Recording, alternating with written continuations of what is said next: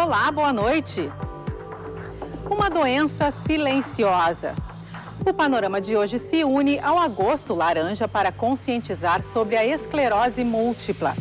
Saiba quais as causas, os sintomas e como identificar o seu surgimento. Como conviver com a doença e onde procurar ajuda para combater os seus efeitos no organismo. A descoberta dos sons depois de uma vida no silêncio de quem começa a ouvir graças a um implante. E no Parque Assis Brasil, a expectativa de vendas no setor de máquinas da Expo Inter.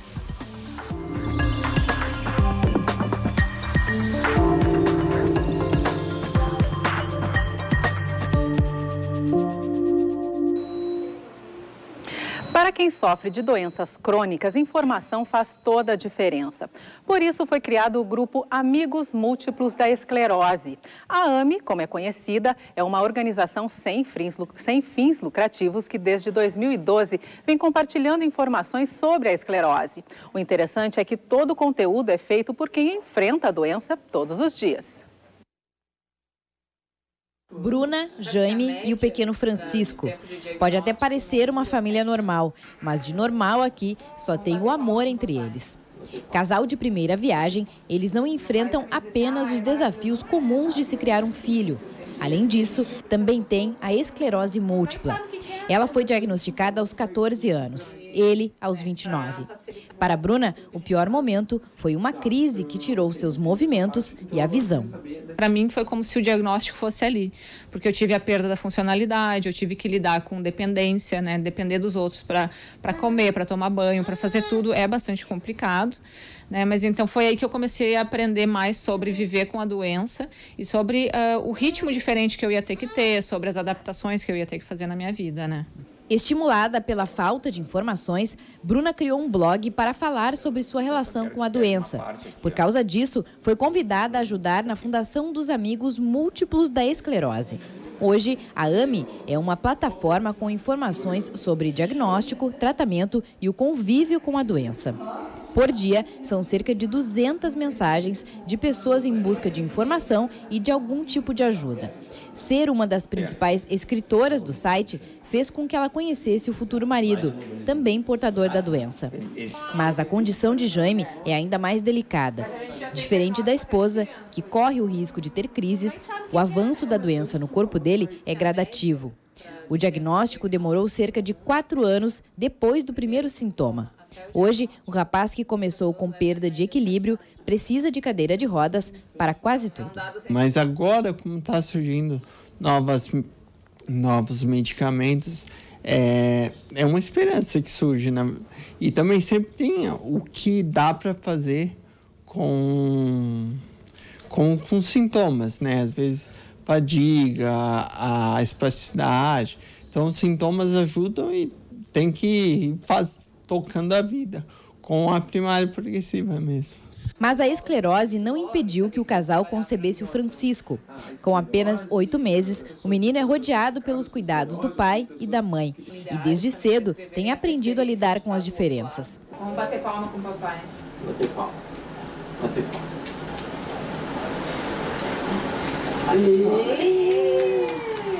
Quem acompanha as publicações do cartunista Rafael sabe os desafios que a doença impõe. Em Memórias de um Esclerosado, Rafael traz em quadrinhos autobiográficos a sua relação com a doença. Com toques de comédia e ironia, as histórias já têm 31 páginas publicadas no Facebook. Cada página que eu posto, as pessoas vêm e comentam: eu estou passando exatamente por isso, ou fui diagnosticado há pouco tempo, né? Ou vem contar alguma história, algum tratamento que está fazendo. Essa troca de informação tá bem interessante na página. Apesar de converter o problema em arte, a adaptação do cartunista não foi fácil. Mas em nenhum momento eu pensei, chegou o limite, agora não vai ter como mais trabalhar, né? Quando eu fiquei com dificuldade de desenhar com a mão esquerda, imediatamente eu pensei, vou migrar para a mão direita e não tá morto quem peleia, né? E já que a informação é uma ferramenta tão importante, estamos recebendo no nosso estúdio, neste Agosto Laranja, para conversar sobre a esclerose múltipla, a neurologista Maria Cecília Aragon de Vecino. Se você de casa quiser enviar alguma pergunta, mande uma mensagem para uma das nossas redes sociais, nos contatos que estão aí na sua tela. Boa noite, doutora. Seja bem-vinda ao Panorama. Muito obrigada. Bom, quais são os sintomas? Principalmente os sintomas que parecem ser difíceis de detectar, né, aí da esclerose múltipla. É que eles são muito variados, né? Então, esse múltipla da esclerose múltipla é o que, na verdade, define os sintomas. Tu tem coisas que vão desde uma dificuldade visual, a uma dormência, a uma alteração de equilíbrio, uma vertigem. E às vezes são coisas extremamente passageiras, que as pessoas nem valorizam, né? Quem não teve uma tontura na vida, aquela coisa, e vai passando, porque realmente não existe um padrão, né? Dizer assim, não, todo mundo começou tossindo. Não, cada um tem um espectro dos sintomas, né? E são sintomas que às vezes as pessoas podem associar a outras coisas? Com frequência, com frequência. A tontura é um clássico, é a labirintite, né? As dormências, fiquei, né? Sentei errado, minha perna ficou dormente. Sim. Né? Aí sempre tem uma... Tu falando com as pessoas, tu te dá conta que as coisas já aconteceram antes delas chegarem para o neurologista, né? Mas coisas que ficaram frustras, assim, não, fiquei um dia ruim, mas no outro estava bem, né? Já não valoriza mais. Então, é uma coisa que atrapalha a gente. E demora? As pessoas demoram a procurar o médico, exatamente, né? Que é sempre uma coisa ruim. Sim. Atrasar o diagnóstico, atrasar o tratamento. Né? Claro.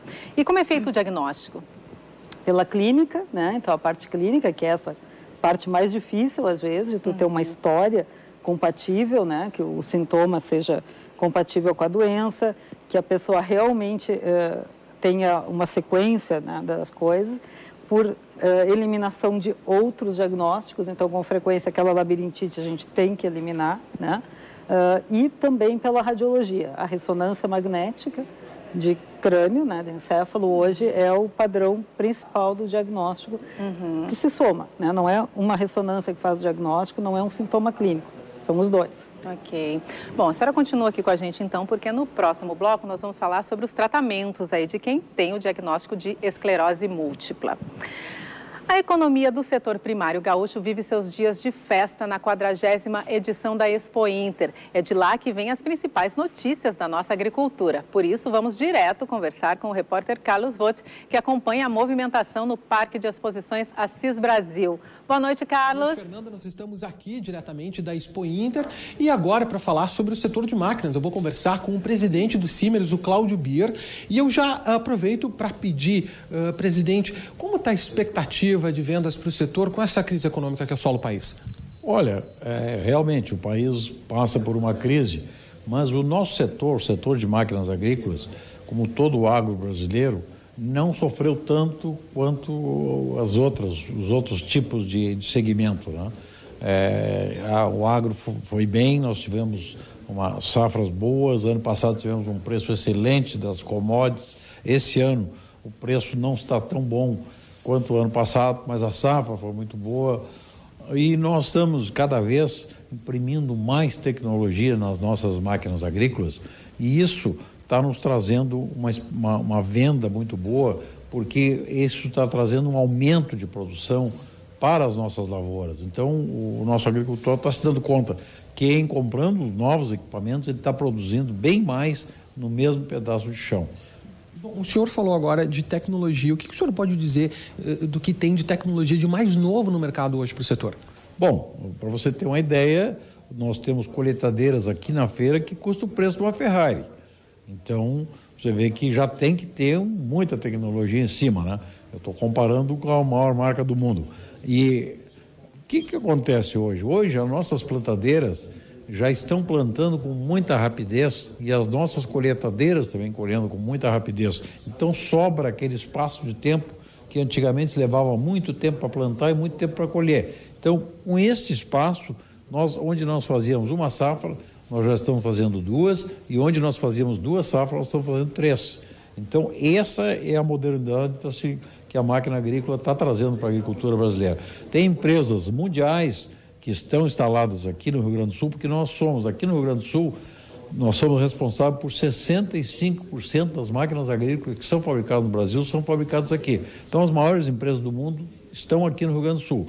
E tem empresas que destinaram toda a sua verba de tecnologia, de investimento em tecnologia para as empresas brasileiras, porque eles sabem que aqui é o grande mercado da agrícola do mundo, né? Mas, seu Cláudio, se existe colheitadeira com preço de Ferrari, o que você tem em linhas de crédito para os produtores?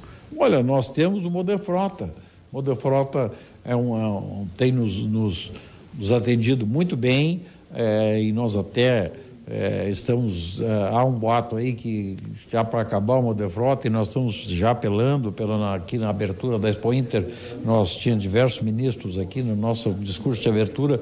A gente pediu que isso não acontecesse, que o governo não mexesse no que estava certo, que é o Moderfrota. Então, por enquanto, nós não temos problema de crédito, o crédito está suficiente, está bem atendido, nós estamos satisfeitos. Presidente Cláudio, muito obrigado pelo seu tempo, pela sua entrevista. Bom, e agora nós vamos falar sobre a internacionalização de empresas produtoras de máquinas agrícolas, que foi tema hoje aqui na Expo Inter. É o que a gente confere nesse momento na reportagem de Marta Croce. Pelos dados da FEE, a Fundação Estadual de Economia e Estatística, o Rio Grande do Sul é o maior produtor de máquinas e implementos agrícolas do Brasil. Sozinho, o estado responde por 65% de toda a produção nacional. No ano passado, o setor comercializou 1 bilhão e 900 milhões de reais. A expectativa é de um aumento de 10% nas vendas esse ano. O mercado de grandes máquinas é dominado pelas multinacionais. Já o setor de implementos agrícolas tem empresas de capital nacional de diversos portes. Esse workshop, promovido pela Câmara de Comércio e Indústria Brasil-Alemanha, na Expo Inter, mostrou as possibilidades de negócios entre os dois países. Atualmente, as negociações, o comércio entre Rio Grande do Sul e Alemanha estão em baixa, né? Então, por questões da situação econômica, política aqui no Brasil, e os dois lados estão ainda esperando uma melhora para depois aproveitar esse grande potencial que existe também de comercialização entre os dois países. A Alemanha possui apenas 1% das terras cultiváveis do planeta, mas é o maior produtor mundial de máquinas e implementos agrícolas. Ernesto Fonseca é gerente de uma empresa alemã que tem sede no Brasil. Ele diz que fazer o caminho inverso ao da empresa onde ele trabalha, ou seja, os negócios brasileiros conquistarem o mercado alemão e mundial, é perfeitamente possível. Em qualquer área do agronegócio, o agronegócio brasileiro é uma realidade, é um setor altamente eficiente, ainda tem muito que melhorar, mas é um setor eficiente se a gente comparar com os outros setores. O mundo precisa do agronegócio brasileiro. Então aqui é um campo de provas onde a gente aprende muito, e a gente aprendeu muita coisa aqui, e a gente vai conseguir, e a gente já levou coisas de volta para a Alemanha e para outros países. A Expo Inter oferece diariamente cursos, palestras e oficinas para diferentes públicos. A agenda completa de eventos pode ser acessada no site da feira na internet. Bom, e agora eu vou passar umas informações bem relevantes que foram repassadas hoje pela Emater aqui na Expo Inter. Olha só, para a safra 2017-2018, a expectativa é de que a área plantada de arroz seja 0,3% menor que na última safra, e que a produção caia pouco menos de 1%. Já a área plantada de feijão deve aumentar 2,8%, mas mesmo assim a produção será quase 19% menor. A soja também terá crescimento na área de 3%, mas queda na produção de quase 10%. O milho terá plantação 11,6% menor e queda de produção de cerca de 24%. No total, a área plantada desses produtos crescerá 1%, mas com produtividade menor, totalizando colheita 10% menor do que a safra anterior. Fernanda, é contigo. Ok, Carlos, obrigada. E foi deflagrada a Operação Coroa contra o tráfico de drogas aqui no estado, no Mato Grosso do Sul e também na capital do Paraguai, com o apoio das autoridades locais. Veja um resumo de notícias desta terça-feira. Foram cumpridos pela Polícia Federal 7 mandados de prisão preventiva e 9 ordens judiciais de busca e apreensão em Ponta Porã, no Mato Grosso do Sul, em Caxias do Sul, aqui no estado, além de Assunção, no Paraguai. Os agentes também bloquearam as contas bancárias de 6 investigados e 13 automóveis foram recolhidos. Um equipamento que faz monitoramento de veículos vai entrar em teste no centro do município de Canoas, na região metropolitana. O sistema deve ficar em operação num período de até 90 dias. Se funcionar, será possível flagrar carros em situação de furto ou roubo. Depois do intervalo, veja o momento da ativação do implante que permite que uma paciente com surdez profunda possa escutar.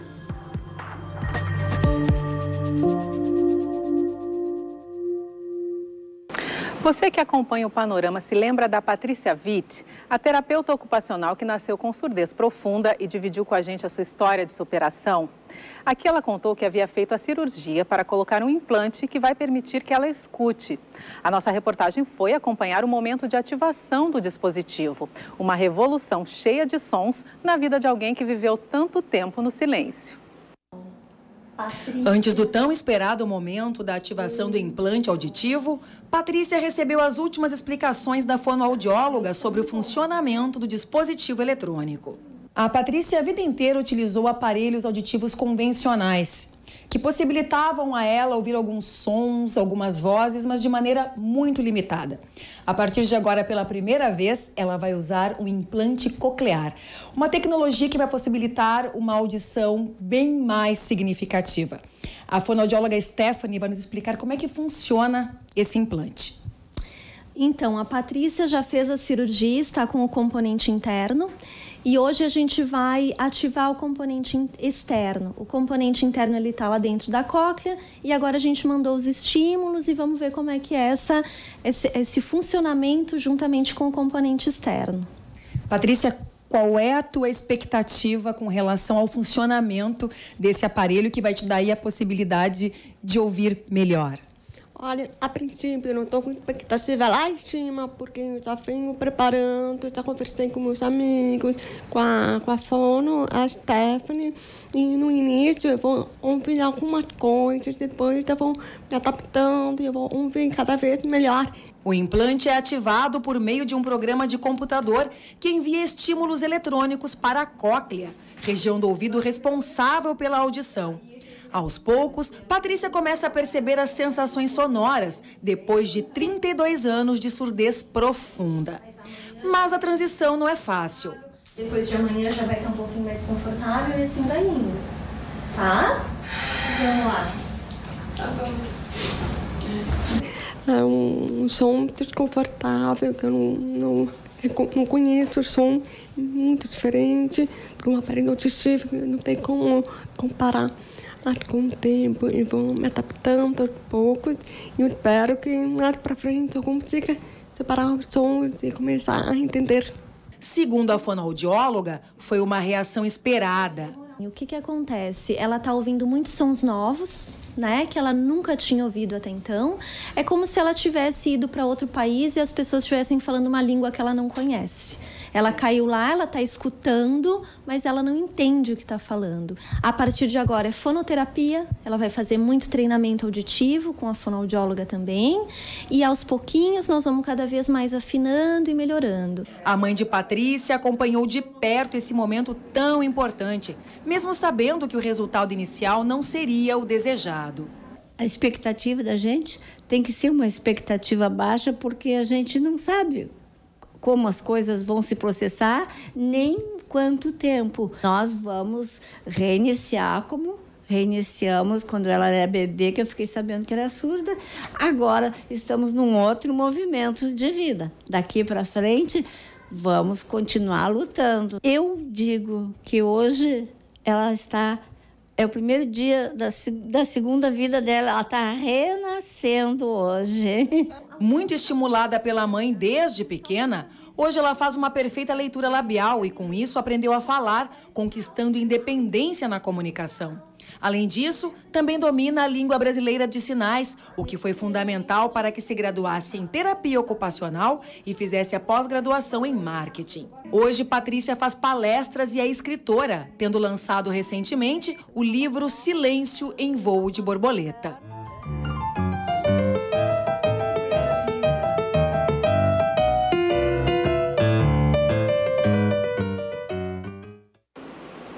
Muito bacana, né? Nós aqui do Panorama ficamos na torcida para a adaptação dessa nova etapa aí da Patrícia. Aqui no estúdio, continuamos conversando com a neurologista e coordenadora do Centro de Esclerose Múltipla do Hospital Moinhos de Vento, Maria Cecília Aragon de Vecino. Bom, doutora Cecília, essa tecnologia aí pode estar também a favor da esclerose múltipla? O que se tem já de concreto nesse sentido? Na esclerose múltipla, nós não somos muito tecnológicos com coisas assim, como implantes, não. A tecnologia nossa vem para o diagnóstico, né? Então, por exemplo, no hospital a gente tem a ressonância, que é o nosso padrão ouro de diagnóstico, com técnicas mais avançadas. Então, a gente consegue detectar situações mais precocemente, com melhor acurácia, né? O detalhe do exame é melhor, a profundidade da avaliação, né, muda. Então, na esclerose múltipla, fundamentalmente, tem sido assim, toda a tecnologia vem como auxílio ao diagnóstico e também no lado do laboratório, né? Hoje a gente tem vários testes que se podem fazer, sangue, né, coisa não muito complicada, que nos dão uma ideia de prognóstico, de resposta de tratamento.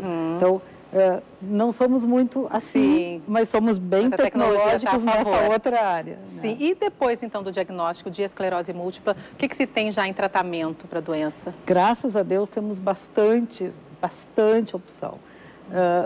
Claro, o tratamento tem que ser individualizado, né? Não é a mesma coisa para todo mundo, não é uma receitinha de bolo. Sim. Mas, para quem no início dos anos 90 não tinha tratamento nenhum, né? Hoje a gente dispõe de várias drogas, com diferentes perfis, com diferentes indicações. E antes as pessoas tinham duas coisas, ou fica bem com uma ou fica bem com a outra. Não ficou bem com nenhuma, não tem terceira. Hoje não, a gente tem várias alternativas. A forma de usar os medicamentos também tem se modificado, então a tolerância é melhor. A gente tem que lembrar que a esclerose múltipla é uma doença crônica, né? Então a pessoa vai usar uma medicação para sempre. Tem que estar adaptada, aquilo tem que estar dentro da sua rotina, a sua tolerância física tem que ser boa. Então a possibilidade de ter várias drogas disponíveis mudou totalmente o panorama de tratamento. Dá uma qualidade de vida melhor para esse paciente. E aí, qualidade de vida na vida cotidiana, na vida diária, e o prognóstico de vida melhor, né? Porque são drogas cada vez mais potentes, cada vez mais específicas, que trazem uma resposta de tratamento superior. Então, a gente só está vendo as pessoas ficarem bem por mais tempo, que é o que a gente quer. Né? Levando a vida normal, como a Bruna e o Jaime. Exatamente. Na matéria, né, da Bruna e do Jaime, a gente viu que 20% das pessoas no mundo não conhecem, né, a esclerose, não sabem nada da doença. E ela atinge muita gente, né? São 2 milhões de pessoas no mundo e 30 mil só aqui no Brasil. O que se sabe da doença? Ela é genética? Tem um perfil aí que acaba desenvolvendo mais a doença? Mulheres? Só adultos? Pessoas mais velhas? Como é que é? Eu diria que 20% foi uma estatística bem apertada. Eu acho que muito mais do que isso. Porque a gente sofre de vários problemas, né? Um é a questão do termo esclerose, que aí já vai desde do velhinho que é esclerosado para a esclerose lateral do Stephen Hawking. Aí é o caos. Então, só nisso aí já dá muita confusão. Não é que as pessoas nem conheçam aqui, confunde. Tudo é a mesma coisa. Sim, a gente tem alguma coisa genética bem determinada. Tu tens que ter no teu sistema imunológico, né? A esclerose múltipla é uma doença dita autoimune. O teu próprio sistema imunológico reconhece o teu cérebro e a tua medula como sendo uma coisa estranha e ataca. Isso é o autoimune. Então, esse sistema imunológico tem que estar um pouco atrapalhado. E isso é geneticamente organizado. Né? Então, na verdade, se dizia que a maior parte... Se dizia não, ainda se diz. A maior faixa de diagnóstico é entre os 20 e os 40 anos. Mas ela já existe antes e pode ser diagnosticada muito depois. Né? Porque realmente a pessoa tem já esse perfil genético que vai torná-la suscetível. Ela pode desenvolver, não necessariamente vai. A parte ruim da história é que a gente não sabe por que pessoas com perfil genético idêntico, tipo gêmeos univitelinos, né? Às vezes um tem e o outro não tem. Então a gente imagina que tem algum outro fator que desencadeia em algumas pessoas e não em outras. Agora, esse fator ainda não é conhecido. Essa genética, ela é muito mais predominante em pessoas de origem alemã, de origem italiana, de origem espanhola, de origem britânica lá, e aquela turma mais de cima, lá da Escandinávia. E, então, aqui, por exemplo, a gente imagina que a gente deve ter muito mais do que isso, né? Provavelmente tem muito mais pessoas do que estão catalogadas e recebendo tratamento. É muito interessante, porque já se pensou de tudo, se tinha a ver com o clima, com... né? Não, né? Não. É a genética que vem vindo lá. Está se descobrindo. É interessante isso que a senhora falou da idade, né? Que realmente se fala em esclerose, se pensava em pessoas muito mais velhas, mas não, tem um pessoal que tem um diagnóstico aí numa faixa perto dos 20 anos, né? A grande maioria, Fernanda. Mas a gente tem pacientes pediátricos. Também. Também, né? Que isso é uma coisa que foi sendo aprendida na última década, mais ou menos, né? Sim. Porque tem algumas doenças da pediatria que às vezes parecem, né? E não são. E aí ficava aquela confusão. Hoje não, hoje a gente consegue diferenciar. Então existe o paciente pediátrico, existe o adolescente, existe o adulto jovem, existe já o adulto mais maduro. Às vezes se faz diagnóstico de doenças muito mais leves, lá adiante, né? Lá pelas tantas, assim. Nada invalida, né? Em qualquer momento. A maioria está ali, mas... né? Temos por tudo. E no caso da Patrícia, né, que colocou ali o implante, ela teve que, e durante a vida dela toda ela se adaptou, né, para estudar, enfim, para se formar. E quando o paciente recebe esse diagnóstico aí de esclerose múltipla, que tipo de cuidados ele precisa ter e até que ponto a vida dele pode ser próxima do normal aí para trabalhar, para fazer esportes, enfim? Sabe que isso é uma coisa que quem trata a esclerose múltipla insiste muito em dizer assim, ó, vida normal. Sim. Né? Pode ter limitações, ter limitações, mas assim, focar sempre em tocar a sua vida como já tinha programado. Né? Não, eu estou com esclerose múltipla, eu não vou fazer isso. Não, vai fazer o que queria fazer. Pode ser que algumas coisas sejam mais difíceis, outras até pode ser que não funcionem. Sim. Mas mudou isso, porque com essa mudança de tratamento, os pacientes têm muito menos incapacidade, eles têm muito mais capacidade de fazer tudo. Sim. Claro, tem cuidados, tem que ficar olhando para a cara do médico com mais frequência, tem que fazer exame com mais frequência. Mas assim, ó, cada um leva a sua vida como programou. Claro que não é o ideal, tu ter que usar um remédio a vida inteira, tu ter uma doença que é complicada, que às vezes te passa uma rasteira, tu tem que ter muita coragem, muita força para encarar, não é assim. Mas é muito raro hoje tu ver a pessoa desistir de algum plano, por exemplo. Né? Pode ter que adaptar. Né? Talvez não faça em 1 ano, talvez faça em 1 ano e meio, mas vai fazer. Claro. E a gente vai empurrar, e a gente vai insistir. O tratamento está aí, né? O tratamento está aí, a gente está aí para consertar as coisas, né? Então, é totalmente... Hoje, assim, ó, é um diagnóstico ruim, uma doença que vai me levar a vida inteira em tratamento, em princípio, pode ser que alguém ache a cura, né? Sim. Mas dá para viver bem, né? Não dá para se abater. E tem recursos, a gente tem um monte de recursos. Ok. Bom, doutora Maria Cecília, muito obrigada pela sua presença e pelos esclarecimentos aí. Muito obrigada. Boa noite. Boa noite. E agora vamos conhecer um trabalho para prevenir a violência nas escolas municipais da capital. O projeto 2 Caminhos, Uma Escolha é desenvolvido pela Guarda Municipal de Porto Alegre. A aposta é no diálogo com os jovens, um caminho dificultado muitas vezes pelo ambiente social em que eles estão inseridos, mas que ainda parece ser a melhor alternativa para a cidadania. Escola Municipal Heitor Villa-Lobos, Lomba do Pinheiro, quase Vila Mapa. Um dos bairros mais carentes e violentos de Porto Alegre. Os conflitos e a disputa de poder que existem na comunidade acabam refletindo dentro da escola. De uma forma ou de outra, os 1.300 alunos ficam expostos a essa dura realidade. A questão de brigas, de desentendimentos, né?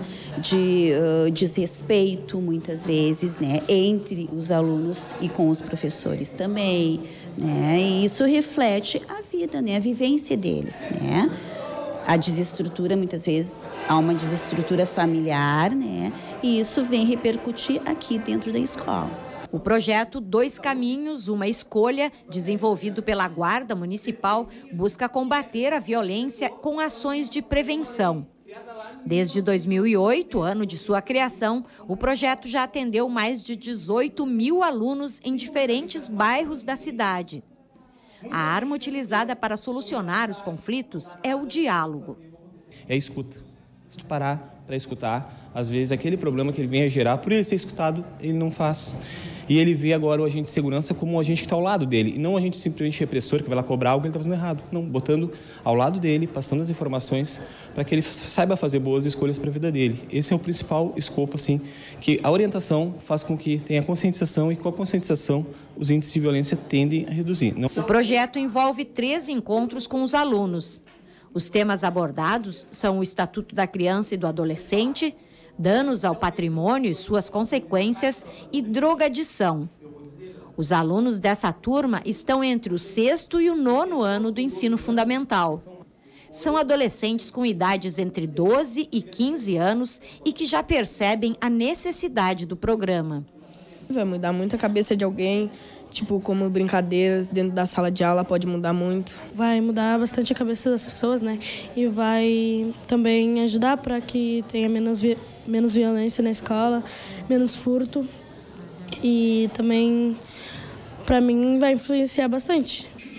Esse ano, o projeto 2 Caminhos, Uma Escolha já esteve em 5 escolas da rede municipal. Até dezembro, 9 escolas devem ser visitadas. E em Caxias do Sul, na Serra Gaúcha, os vereadores transferiram para a semana que vem a votação de acolhimento do impeachment do prefeito Daniel Guerra. A sessão foi agitada com troca de acusações entre adversários políticos. Confirem um resumo do dia. A Câmara de Vereadores de Caxias do Sul adiou para a próxima terça-feira a votação sobre a admissibilidade de um pedido de impeachment do prefeito Daniel Guerra, do Partido Republicano Brasileiro. Na última sexta-feira, um bacharel de Direito protocolou no Legislativo Municipal documento em que denuncia infrações político-administrativas e crime de responsabilidade contra Guerra. Caso os vereadores rejeitem a admissibilidade da denúncia na sessão do dia 5 de setembro, ela será arquivada. O Detran promove nesta quinta-feira, em Porto Alegre, mais um leilão de veículos e sucatas, desta vez de 2 centros de remoção e depósito da capital. O evento acontece às 10 horas da manhã no Anfiteatro da Sojipa. No total, serão ofertados 816 itens não reclamados pelos proprietários.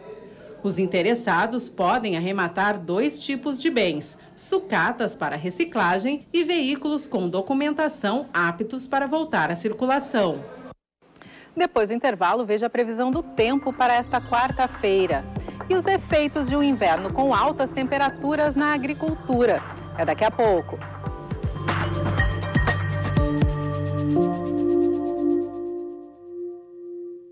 Estamos de volta e vamos à previsão do tempo para esta quarta-feira. Como vocês podem ver no nosso mapa, a frente fria que levou chuva ao sul do estado ontem faz com que a instabilidade chegue também ao oeste. Mas as chuvas seguem sendo rápidas e isoladas. Nas demais regiões, as nuvens aumentam ao longo do dia, mas não chove e o tempo segue firme. As temperaturas serão um pouco mais amenas do que hoje, quando mais uma vez os termômetros chegaram perto dos 30 graus. Em Bagé, bastante variação entre mínima e máxima, que ficam entre 9 e 23 graus. Aqui na capital, mínima de 15 e máxima também de 23. E em Cruz Alta, os termômetros ficam entre 11 e 21. E com temperaturas tão elevadas em pleno inverno, quem sofre são algumas culturas agrícolas. A falta de frio contínuo pode colocar em risco a safra de frutas deste ano, principalmente as produções de uva, maçã e pêssego. Confira na reportagem da UPF TV, a nossa parceira no norte do estado.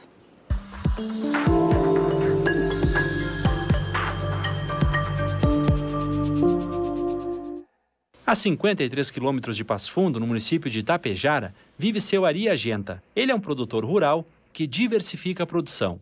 Em 70 hectares da propriedade, ele destina pouco mais de 1 hectare para o cultivo de pêssego e ameixa.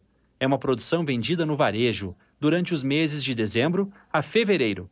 E ele vende aqui mesmo, às tardes e também nos finais de semana.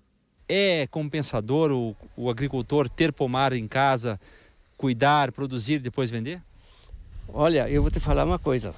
que esse pomarzinho aqui, esse equivale a muito mais do que 20 hectares de trigo ou cevada.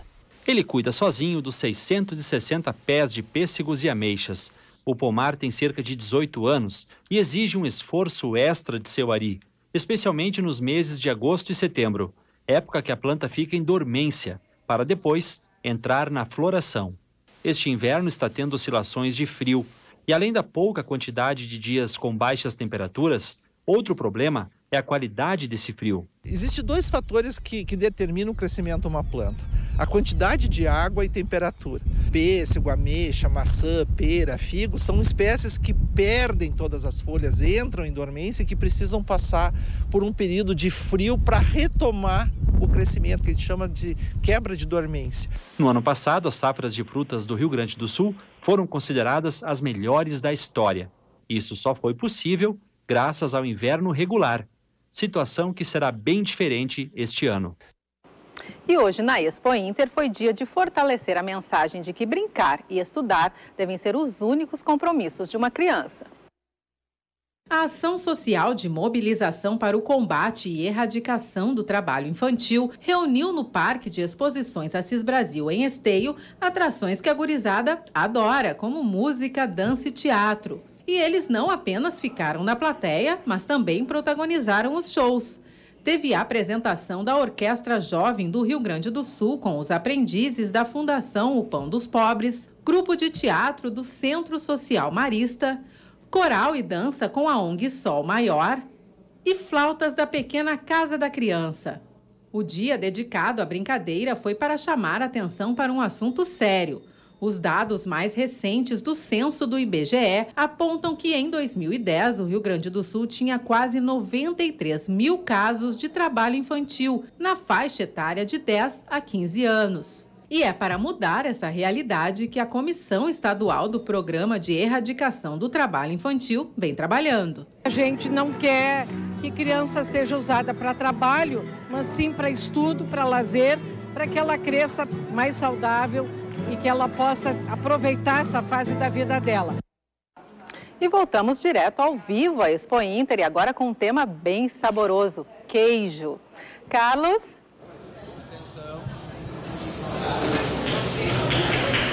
Fernando, olha só onde a gente está agora, no Pub do Queijo. Sabe por quê? Porque a Expo Inter não é só pavilhão cheio de máquina, pavilhão cheio de animal, mas também tem degustação. E a degustação aqui no pavilhão, a degustação aqui no Pub do Queijo é orientada. E quem vai explicar como funciona essa degustação orientada é o chefe Alexandre Reolon. Alexandre, boa noite. Boa noite, tudo bom? Eu gostaria que tu explicasse como funciona essa degustação orientada e como as pessoas fazem para poderem experimentar toda essa variedade de queijos. Certo, o que acontece? O objetivo dessa degustação, então, é a gente interagir com o público e com o nosso consumidor. O cliente chega aqui, ele senta na mesa, ele recebe uma tábua com queijos e alguns frios, todos queijos de produtores afiliados do Sindilate. E para a gente mostrar um pouco mais para o público como é que ele pode consumir esse queijo em casa, não só in natura, a gente vai aqui preparar umas brusquetas, uma polentinha mole com queijo, um queijo brie gratinado com geleia. E agora, para vocês terem uma noção melhor do que a gente está fazendo, a gente vai fazer um pratinho misto de brusqueta enquanto a gente conversa, para você poder mostrar para o consumidor em casa o que a gente está servindo aqui. Bom, Alexandre, quem é chefe entende do negócio, então eu imagino que as pessoas quando vêm aqui e recebem as tuas dicas, elas são surpreendidas às vezes pela avaliação do que combina com queijo, do que pode, do que não pode. Exatamente, a ideia nossa é surpreender. A gente está servindo queijos com geleias, queijos com confit de tomate, a gente tem um queijo grana produzido aqui no Rio Grande do Sul para degustação in natura, aqui direto na forma, né? E a gente está fazendo uma espécie de show, vamos dizer assim, a gente maçarica a brusqueta na hora, para o cliente ter aquele impacto do fogo, que tem um pouco a ver com o Expo Inter, com tanto churrasco que está acontecendo aqui. A gente está tentando transferir isso para uma culinária usando o queijo dos nossos associados. Aqui eu vou demonstrar para vocês mais ou menos como é que a gente trabalha. A gente vai botando os queijos aqui. Esse pão já foi pré-tostado, tá? Para dar um sabor mais apurado nele. Aí a gente faz uma brincadeira aqui com o nosso maçarico. O maçarico, além dele derreter o queijo, ele dá aquela leve queimadinha que passa um sabor defumado, que é o que a gente está tentando demonstrar aqui, tá? Outra coisa que a gente está tentando mostrar também é que é uma coisa muito simples do consumidor fazer em casa. O pessoal fala em brusquetas, vê no restaurante, mas normalmente não se arrisca a fazer. E vocês estão vendo aqui a manipulação é extremamente... É uma receita cara?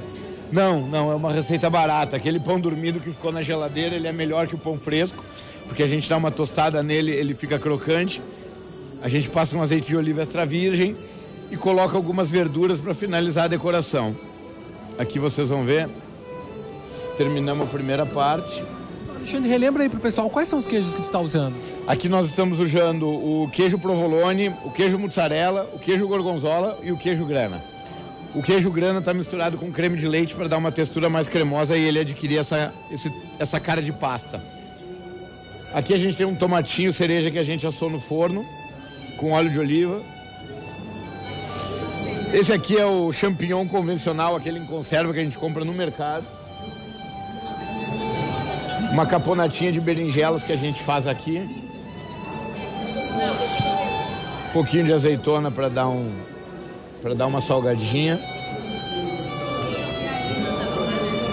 Aqui. Vamos cortar uma fatia de salame em fatias bem fininhas.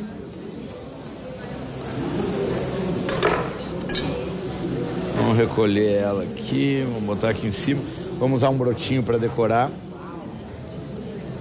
para dar um efeito horizontal nela. Com licença, deixa eu pegar aqui mais um. Aqui a gente tem uma cebolinha crespa. Ou seja, uma receita bem simples e fácil depois que tu pratica um pouquinho, né? Não, mas na realidade ela é bem fácil. O gourmet que cozinha em casa, ele vai ver que é de uma facilidade. E todos os ingredientes que a gente está usando aqui são ingredientes que se encontram em rede de supermercado.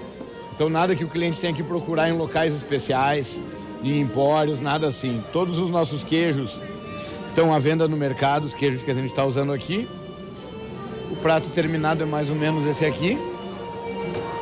Mais ou menos o que a gente está fazendo é isso. Se vocês quiserem ver depois, a gente vai estar fazendo um queijo brie, uma polentinha na cambuca para servir também. Tá certo, Alexandre, muito obrigado pela tua participação. Ficou delicioso, a gente experimenta depois, tá? Muito obrigado. Mas olha só, para as pessoas que vierem aqui e experimentarem essa degustação e quiserem levar o queijo para casa, o Pub do Queijo tem uma outra novidade, que é a Boutique do Queijo. Eu vou conversar agora com o Alexandre Guerra, que é o presidente do Sindilate, e ele vai me explicar qual é a proposta da Boutique do Queijo e, enfim, por que trazer essa proposta tão diferente aqui para a Expo Inter. Boa noite, tudo bem. O importante é nessa proposta que nós trouxemos aqui para a Expo Inter, que é a Boutique do Queijo, é para que as pessoas que vierem no Pub do Queijo degustarem os mais de 50 tipos de queijo que estamos aqui expostos, com os pratos quentes que o chefe mostrou.